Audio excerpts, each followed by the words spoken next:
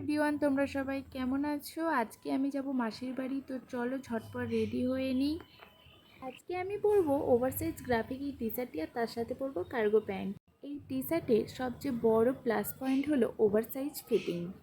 তারপরে আমি ইউজ করে নিচ্ছি একটু ময়শ্চারাইজার। ঠোঁটটা যাতে না ড্রাই হয়ে যায় তার জন্য একটু লাগিয়ে নিলাম লিপ বাম। তারপরে পরে নিলাম ছোট ছোট এই দুটো কানের। যেহেতু আমি মেকআপ করিনি তাই জন্য আমি ইউজ করছি পন্সের এই পাউডারটা। গাইস, আমাকে কি একটু ফর্সা লাগছে? চোখে হালকা করে একটু কাজল পরে নিলাম। তারপর পরে নিচ্ছি এই হালকা লিপস্টিকটা। এই লিপস্টিকের কালারটা আমার দারুণ লাগে। আমি কিন্তু লাইনার দিইনি, চোখের ওপরে হালকা করে একটু দিলাম। তো তারপরে আমি আংটি দুটো পরে পরে দেখছিলাম যে কোনটা ভালো লাগে। তারপর মনে হলো দুটোই ভালো লাগছে, তাই জন্য আমি দুটোই পরে নিয়েছি।